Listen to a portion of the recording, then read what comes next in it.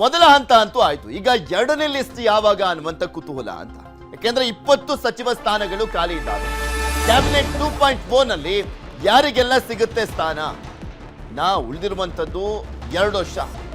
ಈ ಸಂದರ್ಭದಲ್ಲಿ ಎಲ್ಲ ಕೆಲಸ ಕಾರ್ಯಗಳು ಬೇಗ ಆಗಬೇಕು, ಜನರ ಹತ್ರ ಹೋಗಬೇಕು, ಸರ್ಕಾರ ಬೇರೆ. ಇಂತಹ ಸಂದರ್ಭದಲ್ಲಿ ಪೂರ್ಣ ಪ್ರಮಾಣದಲ್ಲಿ ಬೇಗ ಆಗಿಲ್ಲ.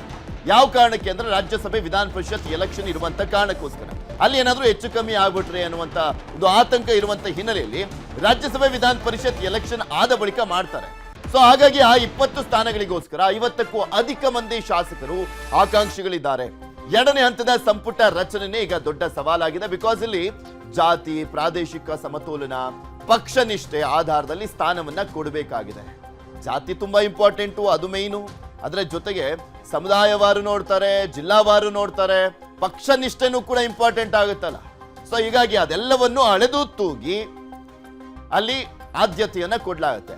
ಆ ಒಂದು ಕಾರಣಕ್ಕೋಸ್ಕರ ಎಲ್ಲರೂ ಲಾಬಿಯನ್ನ ಮಾಡ್ತಾ ಇದ್ದಾರೆ. ನೋಡ್ತಾನೆ ಇದೀವಲ್ಲ, ಡಿ.ಕೆ. ಶಿವಕುಮಾರ್ ಅವರು ಸಿಎಂ ಆಗ್ಲಿಕ್ಕೂ ಮುಂಚೆ, ಸಿಎಂ ಆದ ಬಳಿಕ ಇಷ್ಟು ದೊಡ್ಡ ಮಟ್ಟದಲ್ಲಿ ದೆಹಲಿಗೆ ಹೋಗಿ ಶಾಸಕರುಗಳೆಲ್ಲ ಲಾಬಿಯನ್ನ ಮಾಡ್ತಾ ಇದ್ದಾರೆ ಅಂತ. ಈ ಹಿಂದೆ ಸಿದ್ದರಾಮಯ್ಯನವರ ಸಂಪುಟದಲ್ಲಿ ಆಗಿದ್ದಂಥವರು ಕೂಡ ತಾವು ಸಚಿವರಾಗಬೇಕು ಅಂತ ಮತ್ತೊಮ್ಮೆ ಅವರು ಕೂಡ ದೊಡ್ಡ ಲಾಬಿಯನ್ನ ಮಾಡ್ತಾನೆ ಇದ್ದಾರೆ.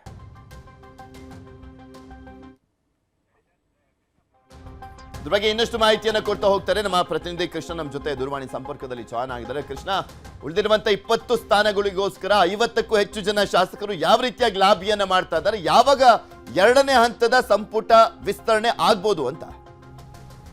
ಪೃಥ್ವಿರಾಜ್, ಈಗ ಮೊದಲ ಹಂತದ ಕ್ಯಾಬಿನೆಟ್ ರಚನೆ ಆಗಿದೆ. 14 ಸಚಿವರು ಪ್ರಮಾಣವಚನ ತೆಗೆದುಕೊಂಡಿದ್ದಾರೆ. ಇನ್ನು ಉಳಿದಿರತಕ್ಕಂಥದ್ದು 20 ಜನಕ್ಕೆ ಮಾತ್ರ ಅವಕಾಶ. ಆದ್ರೆ 100ಕ್ಕೂ ಹೆಚ್ಚು ಜನ ಆಕಾಂಕ್ಷಿಗಳು ಈಗ ಇರುವಂತದ್ದು. ಯಾಕಂದ್ರೆ ಹೊಸದಾಗಿ ಗೆದ್ದಂತ ಶಾಸಕರು ಕೂಡ ಈಗ ಮಂತ್ರಿ ಸ್ಥಾನಕ್ಕೆ ಬೇಡಿಕೆಯನ್ನು ಇಟ್ಟಿದ್ದಾರೆ.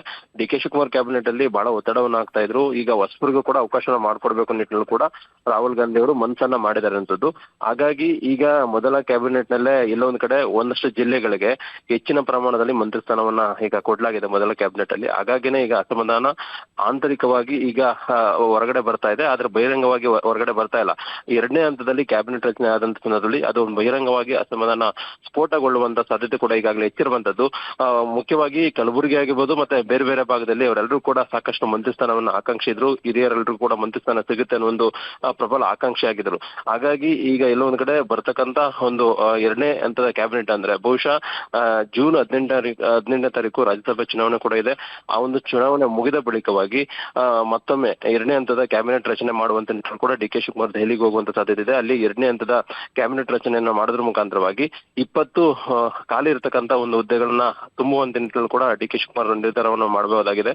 ಬಹಳ ಪ್ರಮುಖವಾಗಿ ಈಗಾಗಲೇ ಜಿಲ್ಲಾವಾರು ಒಂದಷ್ಟು ಅವಕಾಶ ಮಾಡ್ಕೊಡ್ಬೇಕಾಗತ್ತೆ. ಯಾಕಂದ್ರೆ ಬರ್ತಕ್ಕಂಥ 2028 ಚುನಾವಣೆ ಆಗಿರ್ಬೋದು, ಮತ್ತೊಂದ್ ಕಡೆ 2029 ಲೋಕಸಭಾ ಚುನಾವಣೆ.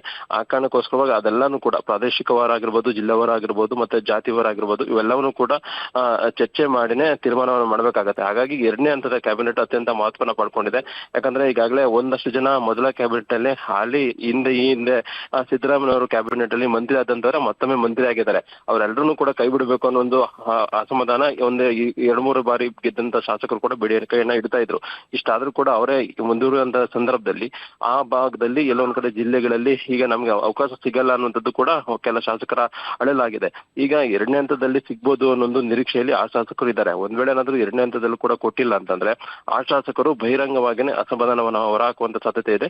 ಈಗ ನೂತನ ಮುಖ್ಯಮಂತ್ರಿ ಆಗಿರ್ತಕ್ಕಂಥ ಡಿ.ಕೆ. ಶಿವಕುಮಾರ್ ಅವರಿಗೆ ಈ ಒಂದು ಸವಾಲಿದೆ. ಯಾವ ರೀತಿಯಾಗಿ ನಿಭಾಯಿಸಿ 20 ಖಾಲಿ ಇರತಕ್ಕಂಥ ಹುದ್ದೆಗಳನ್ನ ತುಂಬ್ತಾರೆ ಅಂತ ನೋಡ್ಬೇಕಾಗುತ್ತೆ ಪೃಥ್ವಿರಾಜ್. ಇಲ್ಲಿ ಕೃಷ್ಣ, ಮೇನ್ ಆಗಿ ನೀವು ಹೇಳ್ತಾ ಇದ್ರಿ ಪ್ರಾದೇಶಿಕವಾರು, ಜಿಲ್ಲಾವಾರು ತುಂಬಾ ಇಂಪಾರ್ಟೆಂಟ್ ಆಗುತ್ತೆ. ಅಲ್ಲಿ ನಾವು ಫಾರ್ ಎಕ್ಸಾಂಪಲ್ ಹೇಳೋದಾದ್ರೆ ಚಿಕ್ಕಮಂಗ್ಳೂರಲ್ಲಿ ಇದ್ಬದ್ ಎಲ್ಲಾ ಕ್ಷೇತ್ರದಲ್ಲೂ ಕಾಂಗ್ರೆಸ್ ಫಸ್ಟ್ ಟೈಮ್ ಗೆದ್ದಿದೆ. ಹಾವೇರಿನಲ್ಲಿ 6 ಕ್ಷೇತ್ರ ಗೆದ್ದಿದೆ. ಹಾಸನದಲ್ಲಿ ಇರುವಂತ ಒಂದೇ ಒಂದು ಶಾಸಕರು ಅಂದ್ರೆ ಅದು ಶಿವಲಿಂಗೇಗೌಡರು. ಈ ರೀತಿಯಾಗಿ ದೊಡ್ಡ ಮಟ್ಟದಲ್ಲಿ ಬೇಡಿಕೆಗಳಿರುವಂತದ್ದು. ಇದನ್ನೆಲ್ಲವೂ ಹೇಗೆ ಮ್ಯಾನೇಜ್ ಮಾಡ್ತಾರೆ ಅನ್ನುವಂಥ ಕುತೂಹಲ ಇದೆ. ಡಿ.ಕೆ. ಶಿವಕುಮಾರ್ ಅವರದೇ ತನ್ನದೇ ಆದಂತ ಲಿಸ್ಟ್ ಏನಾದರೂ ಇದೆಯಾ ಇಂಥವ್ರಿಗೆ ಸ್ಥಾನವನ್ನ ಕೊಟ್ರೆ ಬೆನಿಫಿಟ್ ಆಗುತ್ತೆ ಅಂತ? ಯಾಕೆಂದ್ರೆ ಮುಂದಿನ 2 ವರ್ಷಗಳ ಕಾಲ ಒಂಥರ ಯುದ್ಧದ ಹಾದಿ ಇದ್ದಂತಾನೆ ಎಲೆಕ್ಷನ್ಗೆ. ಖಂಡಿತ ಪೃಥ್ವಿರಾಜ್, ಈಗ ಡಿ ಕೆ ಶಿವಕುಮಾರ್ ಹತ್ರ ಒಂದು ಕ್ಯಾಬಿನೆಟ್ ಲೀಸ್ಟ್ ಕೂಡ ಇದೆ. ಯಾಕಂದ್ರೆ ಅವ್ರನ್ನ ಸಂಪುಟಕ್ಕೆ ನಾನು ಸಿಎಂ ಆದ್ರೆ ಒಂದಷ್ಟು ದಿನ ಅವಕಾಶ ಮಾಡ್ಕೊಡ್ಬೇಕು ನಿಟ್ಟಿನಲ್ಲಿ ಕೂಡ ಲೀಸ್ಟ್ ಅನ್ನ ಮಾಡ್ಕೊಂಡಿದ್ದಾರೆ. ಅದ್ರಿಗೆ ಇರ್ತಕ್ಕಂಥ ಸವಾಲ್ ಏನಂತಂದ್ರೆ, ಈಗ ಸಿದ್ದರಾಮಯ್ಯ ಕ್ಯಾಬಿನೆಟ್ ಅಲ್ಲಿ ಇದ್ದಂತವರನ್ನ ಮುಂದುವರಿಸಿರುವ ನಿಟ್ಟಿನಲ್ಲಿ ಕೂಡ ಈಗಾಗಲೇ ತೀರ್ಮಾನ ಮಾಡಿದ್ದಾರೆ.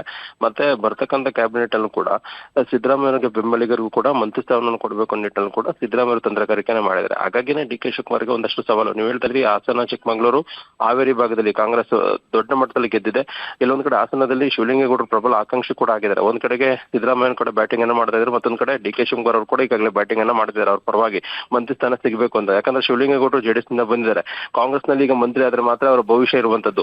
ಹಾಗಾಗಿ ಅವರು ಸಾಕಷ್ಟು ಕಾತರದಿಂದ ಕಾಯ್ತಾ ಇದ್ದಾರೆ. ಮತ್ತೊಂದ್ ಕಡೆ ಚಿಕ್ಕಮಗಳೂರು ಆಗಿರ್ಬೋದು, ಮತ್ತೆ ಹಾವೇರಿ ಭಾಗದಲ್ಲಿ ಕಾಂಗ್ರೆಸ್ ಈ ಹಿಂದೆ ಎಲ್ಲೂ ಕೂಡ ಬಂದೇ ಇರಲಿಲ್ಲ. ಆದ್ರೆ ಈಗ 2023 ಚುನಾವಣೆಯಲ್ಲಿ ಅತಿ ಹೆಚ್ಚು ಸ್ಥಾನವನ್ನ ಕಾಂಗ್ರೆಸ್ ಗೆದ್ದಿದೆ. ಇಂಥ ಸಂದರ್ಭ ಅಲ್ಲೂ ಕೂಡ ಮಂತ್ರಿ ಸ್ಥಾನ ಕೊಡಬೇಕು. ಈಗಾಗಲೇ ಉಪಸಭಾಪತಿ ಆಗಿರ್ತಕ್ಕಂಥವ್ರು ಲಮಾಣಿ ಅವರು ಕೂಡ ಇದ್ದಾರೆ. ಅವ್ರಿಗೂ ಕೂಡ ಮಂತ್ರಿ ಸ್ಥಾನದ ಆಕಾಂಕ್ಷೆ ಆಗಿದ್ರು. ಈಗ ಸದ್ಯಕ್ಕೆ ಉಪಸಭಾಧ್ಯಕ್ಷ ಕೆಲಸವನ್ನು ಕೂಡ ಮಾಡ್ತಾ ಇದ್ದಾರೆ. ಹಾಗಾಗಿ ಅಂತವ್ರನ್ನು ಕೂಡ ಅವರು ಸಮಾಧಾನ ಪಡಿಸಬೇಕು. ಹಾಗಾಗಿನ ಸಾಕಷ್ಟು ಸವಾಲಿದೆ.